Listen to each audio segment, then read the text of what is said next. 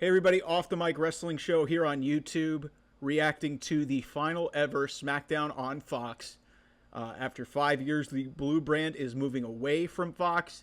To some people, it was kind of a little bit of a mixed bag. That's kind of how I feel about it. A lot of people, didn't really like it. It was kind of hurt a little bit because of the pandemic. But one thing that I will say about SmackDown in its 5-year run on Fox and on network television was that SmackDown became the A show. Michael Cole was there for a large chunk of it. It was getting the best ratings. It was drawing better than Raw. The best stars were over there. The Bloodline really carried that show for at least 3.5, 4 years. It kind of sort of sank a little bit here after WrestleMania 40. That's not really to the detriment of Cody Rhodes or the top champions on that show. It's really because there's lackluster heels. I talked about that. But all in all, and they did have a nice video package in the show. This was a pretty productive run for WWE with their B show really for the longest time, because it became an A show. And it really became a really must-watch television for a large chunk of that 5-year run. So, last episode ever, it's Michael Cole and Corey Graves who started off the show. The first ever SmackDown was Michael Cole and Corey Graves, and fitting that the last episode of SmackDown on Fox is Michael Cole and Corey Graves. Cody Rhodes starts the show with a promo, so he hypes up his win over Kevin Owens. He also welcomes Michael Cole back to SmackDown, even though Michael Cole was there last week, but still, if you guys remember that nice moment at WrestleMania, Cody Rhodes and Michael Cole have a really special relationship throughout Michael Cole's long tenure in WWE, and Cody, obviously, having the journey that he has had to now being the quarterback and the ace of and the face of this company. So it was nice to see Michael Cole get the recognition. Michael Cole gets a Michael Cole chant. When's the last time we ever heard that? 10, 15 years ago, this guy was the most hated guy in WWE. Oh my God. So he calls out the Bloodline. Cody does. Out comes the Bloodline. Solo gets in the ring by himself. Leaves his other three cohorts, Tama Tonga, Tonga Loa, and Jacob Fatu behind. So Solo basically says, are you done running your mouth? And asks if he was ready to defend his title against a real challenger like him. Insisted that he would have been the champion at SummerSlam if it had not been for Roman Reigns. So Solo asked for a rematch. Cody called out next week as and it being the season premiere of SmackDown and needing to have an undisputed championship match. So he called out an unhinged athlete who defied the stepped out from the tribal chief, but he said he wasn't talking about Solo. And it was Jacob Fatu. And did not see that coming, because a lot of things targeted on the internet basically said that it was going to be Cody and Solo next. They had heavily hinted at that. And some people had hinted that it may not happen at Bad Blood, which I'm very happy about. So Cody calls on Jacob to step up. Jacob gets on the apron. Solo looked at him. Fatu said he loved him. He gave a hand signal, and Fatu backed off the apron. Cody told Solo he's getting better every day, and the Bloodline currently revolves around him.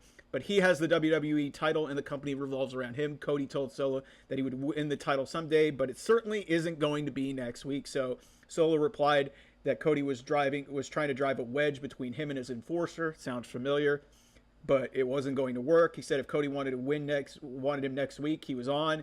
Solo then said they didn't have to wait and called the Bloodline into the ring. So then suddenly, looks like it's going to be 4-on-1. Street Profits and DIY, who have a 8-man tag in the main event later in the night, show up, even up the odds. Nick Aldis shows up, quiets things out. By the way, I know Adam Pearce, is kind of playing like the stooge, really, but he's a decent authority figure. Nick Aldis has been fucking awesome since he got to WWE. He has been freaking fantastic.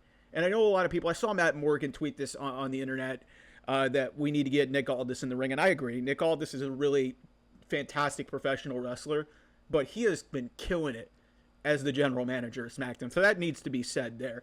So Nick sort of quiets things down. Announced reaffirmed that the 8-man tag was happening tonight. It would be the main event. He then confirmed Cody is going to face Solo next week. Aldis said that he agreed about the Bloodline interference getting a little old and tired, and said it would take place inside of a steel cage. How about that? Main event, first episode of SmackDown on USA is Cody Rhodes versus Solo Sikoa for the undisputed WWE Championship inside of a steel cage. Excuse me. If you want to, critique that as like, oh, they're copying AEW and the main event of All Out, which is going to be, Swerve Strickland and Hangman Page.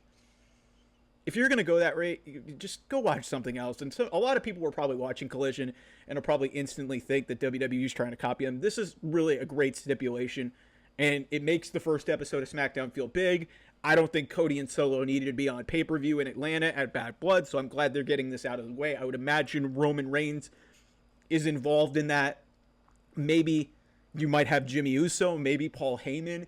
It's going to be a big night in Seattle next week in the first edition of SmackDown on USA. So that'll be really exciting. So then backstage, Nia Jax approaches Tiffany Stratton. Nia said the whole locker room thought she was going to cash in on her last week. Tiffany said it was all hateful rumors started by Chelsea Green. Nia said she hoped that was true because she knows Tiffany wouldn't lie to her. Tiffany said of course not and asked Nia to be at ringside for her. Nia said she'd be helpful, just like Tiffany was last week. Interesting. Then we get the first match of the night. It's Bayley, the returning Bayley. First time she's had a match since SummerSlam. She's taken on Tiffany Stratton. This was a terrific opener. And I don't think Bayley gets nearly enough credit for how good she is. I've paid a lot of attention on this show to her best friend, Sasha Banks, the former Sasha Banks, now Mercedes Moné. I think Bayley, people are just going to dismiss the title run that she had after beating Io Sky at WrestleMania. It was a good one. It was a really solid title reign. Everybody has been raising their expectations because of what Liv Morgan and Rhea Ripley are doing on the other show. Bayley is just a rock for this division. And no matter what she does, it's always good. It's never bad. And when she has always been called to run with something, it's really amazing. And speaking of SmackDown on Fox, and the theme of this show, Bayley's run and being synonymous with this show on Fox. If you remember, she showed up. She was the hugger when this show debuted. And literally a week later, as a part of her heel turn, gets rid of the wacky inflatable arm flailing tube man, beats Charlotte Flair for the championship, goes on to have one of the greatest runs a women's champion has ever had in the history of this company.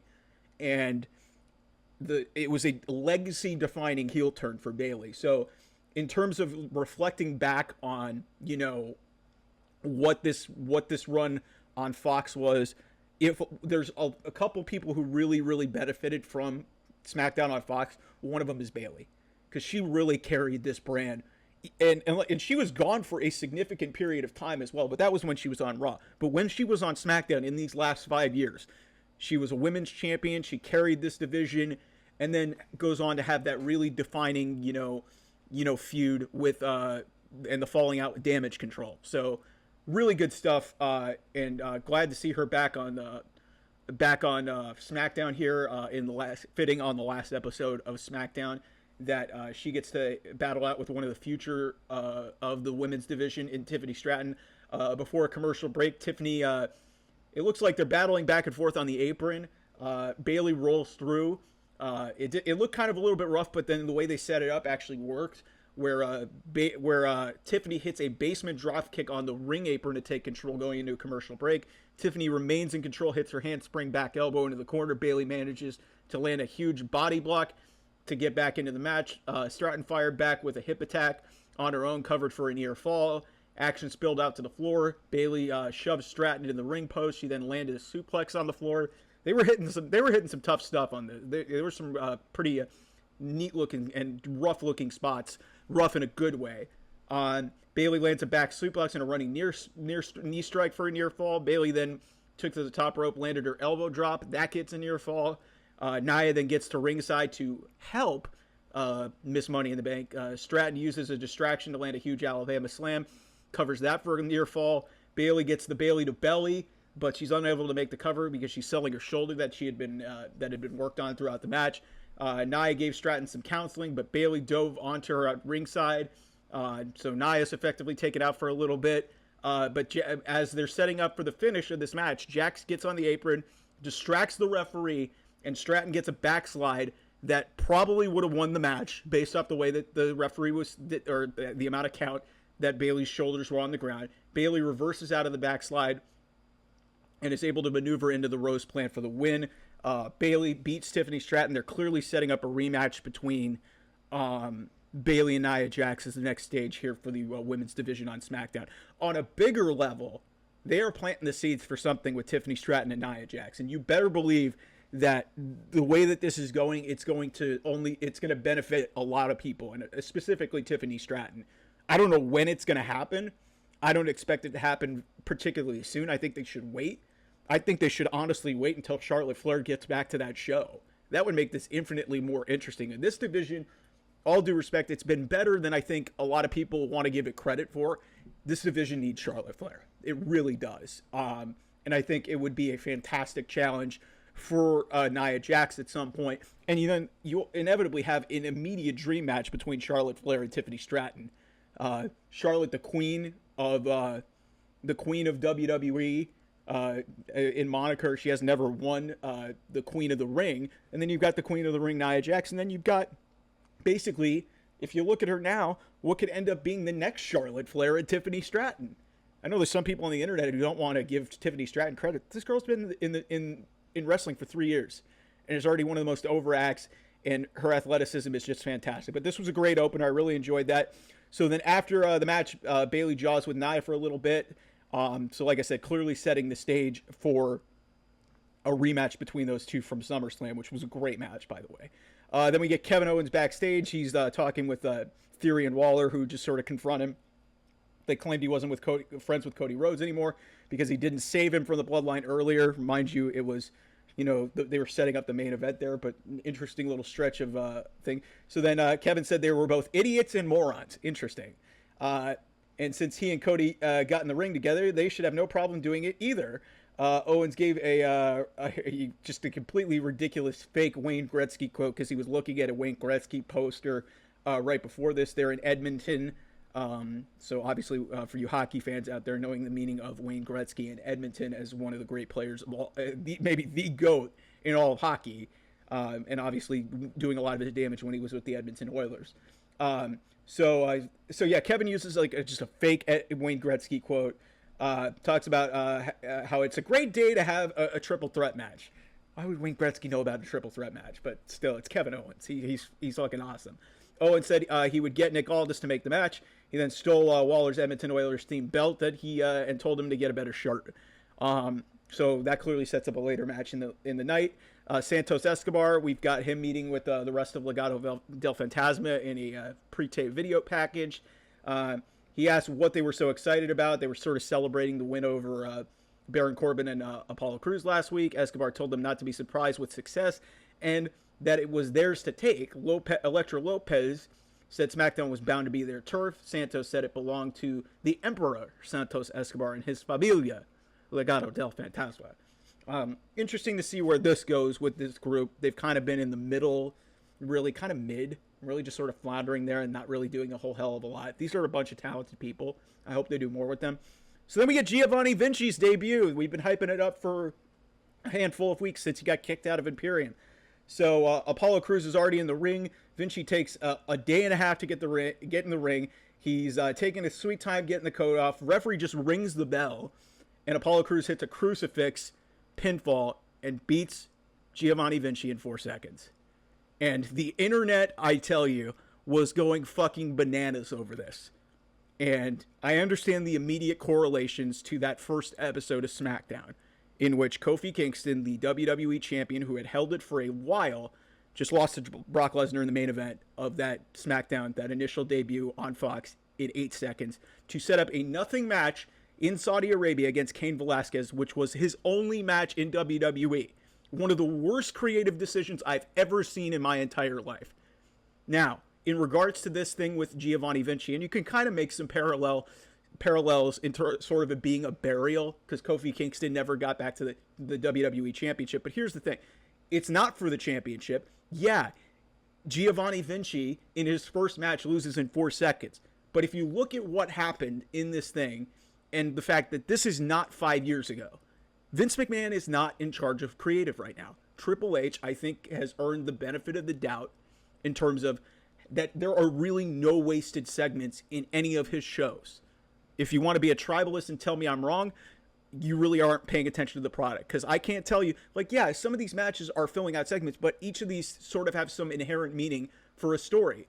And he's not going to put Giovanni Vinci in a match on SmackDown and lose in 4 seconds if there wasn't a reason, okay? And he clearly was being very egotistical, very pompous, not really caring too much about what was going on around him, really into himself, really, like, narcissistic. And he lost sight of things, didn't take off his whole get-up, and got pinned. He got kissed by some girl in the front row. Like, he was really into himself and feeling himself. And mind you, this is a guy who was really like the goon that took all the heat for Imperium. So, listen, do I think it was an interesting choice to have a guy you've been hyping up with really interesting video packages for the last month, having him lose in 4 seconds to Apollo Crews? That's weird, yeah. But do I think it's a death sentence? No. And if you pay attention to social media, they immediately posted something up after the fact saying, yeah, the referee normally is supposed to check people to see that they're ready. And he didn't check for me. He didn't do his job. And I got distracted and I lost. This isn't like, Jeff Hardy beating Karrion Kross on Raw when Karrion Kross was the NXT champion and he shows up in some humiliating getup. Like, this is a different time. And Triple H knows what he's doing. I mean, we'll see how this ultimately turns out, but I'm not ready to just say, oh, it's a terrible decision. Oh, it's Vince McMahon. Is he back running things? No, guys, chill the fuck out, okay? I thought the immediate reaction to this, I saw Russell Votes, who's had some good credibility with sources backstage, but he's kind of missed on some things in saying that people backstage were a little bit miffed by how this went. Listen, I just think that there's a lot of narratives that are just jumping out in front of a certain situation before we see this whole thing play out. If Giovanni Vinci isn't significantly factored into television in the next month, then yes, this was a bad decision. But as of right now, I'm willing to see this through because then they followed it up with a social video interview of Vinci after the fact, and he clearly got victimized by his character, which is being a pompous and arrogant and narcissistic piece of shit. That's kind of what you need in the mid card. Yeah, would I prefer to see him actually, have a better showing than 4 seconds? Of course I would. But I think there's something deeper here that we need to see before we pass off judgment. That's all I need to say. But it was an interesting decision. So then we get Chelsea Green and Michin backstage in Nick Aldis' office. One thing leads to another, and all this makes a match between Chelsea and Michin for later in the night. Then we get the triple threat match between Kevin Owens, Grayson Waller, and Austin Theory. This was great. A lot of breakups and near falls involving Theory and Waller, which was really interesting. Let me get to some of the late portions of this match. Theory gets a rolling blockbuster. Waller made the cover. Theory pulled them off, and so they started arguing with one another. All three men ended up on the top turnbuckle, brawling it out. Owens put them together with a noggin knocker, which is a neat way to get the upper hand when you're facing two opponents who are really against you. Theory recovered quickly, but got trapped in a rolling senton from the top rope, but Waller breaks it up again. Waller and Owens climbed to the opposite turnbuckle. Owens rejected a superplex and landed his fisherman buster. I love how Michael Cole on commentary said, yeah, it looks like they haven't learned from watching a Kevin Owens match, because that's literally a classic Kevin Owens spot. Theory goes for A-Town down. Owens avoids. Shoved Theory into Waller on the apron. Theory avoided knocking him down, but Owens took him out a moment later. And then Owens lands the stunner on Theory, and Theory has just maybe one of the greatest sells of a stunner ever. And Kevin Owens picks up the win. A 10-minute match. This was awesome. These three guys killed it. After the match, Waller and Theory got their heat back, hitting an A-Town down in the rolling flatliner on Owens. So, so they get their heat back, so this is not over. For those disappointed that we've been having this Theory and Waller tension really been teased for a while now, guys, be patient. It's coming. It's coming. They clearly knew what they were doing in this match with a couple spots that planted the seeds that something is going to happen between this tag team. And it might happen as soon as next week, and I'll get there in a second. So then we have a video a recap hyping up the Andrade and Carmelo Hayes feud, showing all 4 matches, which was really well done. Really, really well done. Just showing it's really an unofficial series. They haven't announced it as like 7 matches. They're just doing these matches, and they're just, the highlights of SmackDown. These guys are fucking killing it. So then LA Knight comes to the ring. Well, actually, before that, like I said, Cole and Graves introduce a video package that recapped the SmackDown era on Fox. That comes to an end at the end of the night. Like I said at the top of the video, there was great moments from The Rock's opening promo where he shockingly showed up and clowned Baron Corbin, to Sami Zayn's famed Jey Uso's not feeling very Usy. Like, a lot of great moments happened over 5 years. There were some bad moments too. Like I said, Kofi Kingston losing in 8 seconds the WWE Championship to Brock Lesnar on the first night that SmackDown was on Fox. But this was, like I said, this was a pretty productive run, because it really enforced that SmackDown is, in fact, an important show to WWE. And it's not just, just a basic show that nobody needs to care about. Not the second show. It's on, or relatively on par with Raw. Raw is now becoming the A show more, but, SmackDown is still, a show that matters, clearly. So it hasn't really lived up to that billing recently, but I hope that this change really will revitalize SmackDown moving forward. So LA Knight comes out to the ring. His shirt appeared to show him on a boat in a similar position to George Washington crossing the Delaware River in the American Revolution. Interesting design there. So LA Knight bragged about having 2 title defenses in 30 days on 2 different continents and 2 different countries. And he was quickly interrupted by Carmelo Hayes, quickly bragged about carrying SmackDown on his back with the match of the night over the past month. Knight said 2 defenses is important because it's more than his predecessor in the last 10 months. LA Knight taking a jab still at Logan Paul as he's away from the company right now. He then said while Hayes was focused on the match of the night, he was focused on winning, and that's why he's the champion and Hayes is not. Out comes Andrade. He reminded everyone that he defeated Hayes twice before Hayes beat him the last 2. They argued about who was more deserving of a U.S. title match. Knight said if they wanted to fight over who got dropped on their head, it's fine by him. Andrade said the title used to be his and spoke in a little bit of Spanish. Knight told him he didn't understand him, but he should check his tone. Mello got in his face, and they started a fight. Knight dropped both of them with BFTs before the end of the segment while they were distracted with one another. First one went to Andrade, and then Carmelo was taunting Andrade, and then LA Knight was about to leave, and he still hits the BFT and stands tall over both of these guys. Listen, I think it's a fantastic idea, especially with Carmelo and Andrade being involved in this, big time, best of 5 series it's going to go to. And I think the next match is next week that was announced, which will be great. But I love them being incorporated into LA Knight because that makes the U.S. title feel even bigger. That these matches are leading to LA Knight's championship and a defense, and that makes LA Knight feel like a bigger prize and the U.S. title feel like a bigger prize. So no matter what happens, if we have a wonky finish in the next match that leads to a triple threat, I would love to see this on Bad Blood because it would get LA Knight onto the show, it would get the U.S. title onto the show, and it would get this fantastic singles feud between Carmelo Hayes and Andrade onto a pay-per-view, a premium live event as well. So really good segment. I really enjoyed that. A-Town Down Under asked for a tag match with Nick Aldis, with Kevin Owens and whoever he could find next week. Aldis agreed and got on the phone. Listen, if the partner isn't Randy Orton, I don't know what we're doing here. Kevin and Randy have been feuding or have been teaming for a while. Obviously, they have some beef with Theory and Waller. So I think that's the way I think this is going to go. It could be a shock or maybe a debut to make a big-time moment, but I think it's going to be Randy Orton in this feud. Then we get Michin versus Chelsea Green. 2 women's matches on this show.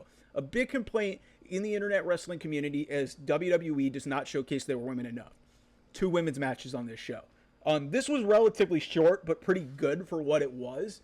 Michin's great. I think Chelsea Green is awesome. I don't think she gets nearly enough credit. A lot of people get mad because Chelsea loses all the time or gets beaten up by people. And like she took the heat from Julia on NXT this past week. So a lot of good stuff here. Michin sets up for a pile driver at one point, but Piper Niven, who came out with Chelsea, created a distraction. Michin sets up for Eat Defeat, but Chelsea avoids. Chelsea then tried for the Unpretty Her, but got shoved out to the floor. Michin takes a dive at Chelsea on the floor and tossed her back into the ring, but Chelsea distracts the ref. Piper dropped Michin on the floor and landed a running senton, and then gets thrown back. And Michin gets thrown back in the ring, and Chelsea gets the Unpretty Her and wins this match. Hell yeah. Chelsea Green gets a win in Canada, which is awesome. I thought she should have won Money in the Bank. All due respect to Tiffany Stratton. I just think that it would have been a nice thing and a nice little gimmick to have, Chelsea running around with that title. But I feel like that this might have been kind of a reward for her going to NXT and taking the heat from Julia in that situation.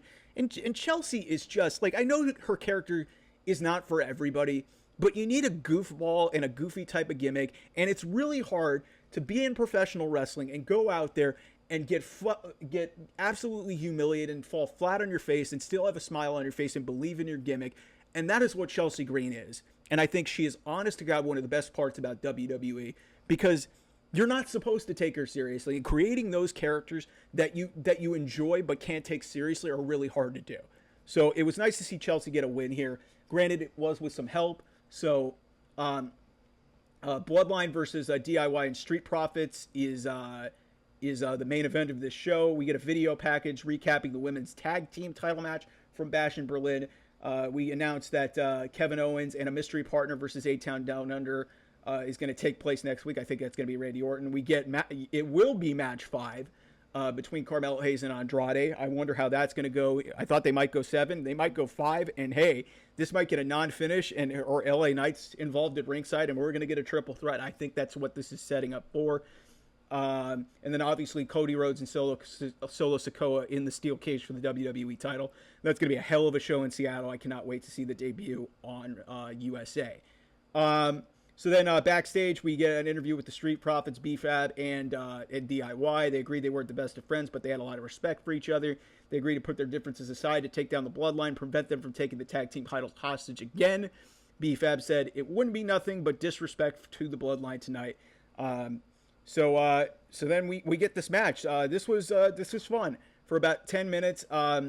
This was really good. A lot of high flying and entertaining action. Obviously, with Johnny Gargano and Tommaso Ciampa, they're gonna get their work rate in. Angelo Dawkins is really turning into a really polished wrestler, and Montez Ford is just maybe one of the greatest athletes in the history of this company. And then his wife might be above him. I think it's been talked about on their shows. Whenever they decide to have children, I'm scared to death, like the level of athleticism that they're going to put and reproduce in another baby. Like, that's just insane. So Ciampa is able to claw back into this match with a vertical suplex on Tama Tonga. Made a tag to both Ciampa and Dawkins simultaneously. This was odd, and they played it up really nicely on commentary, saying, "Man, I've never seen that before." I don't know if that was intentional or not, but it was interesting. Both men entered the ring, took down Solo and the Tongans. Ford then dove over the top rope onto Jacob Fatu on the floor. Dawkins landed a side slam on Solo and covered for a near fall. Ciampa tagged back into the match and ate a spinning Solo for a close near fall. Solo barked orders at Tama, but the match completely broke down with everybody getting involved. Both Tama Tonga and Ciampa climbed the turnbuckles. Ciampa suplexed Tama Tonga onto the entire field of competitors in this match, and everybody was knocked down. Ford got Ciampa back in the ring for a tag. He landed a really beautiful looking 450 on Tama Tonga. Jacob breaks up the fall, destroys everybody on the babyface team, gets an impaler DDT on Montez Ford, tags in Solo. Solo delivers 2 Samoan spikes to Ford and covers him for the win. This was awesome. A great way to cap off the era on Friday Night SmackDown on Fox. Like I said, it sometimes bumpy run for SmackDown. But really, I could think a productive time for this company. I can't wait to see where the show goes on USA. But a very interesting how this show started in LA 5 years ago to where it is now with the Bloodline controlling the ring. I would imagine Roman Reigns is going to be back next week. I'd imagine Randy Orton is going to be back next week. That show is going to be humongous in Seattle next week and should be very awesome. We'll have a lot of great content. All Out's obviously this weekend for AEW. Some really interesting choices being made for that pay-per-view that I need to talk about on the channel. But thanks for watching. Thanks for listening. Subscribe, like, share on the channel here. Also, follow the show at OT Mike Wrestling on Twitter and follow me at Off the Mic 28. Thanks for tuning in. I'll talk to you guys soon. Bye-bye.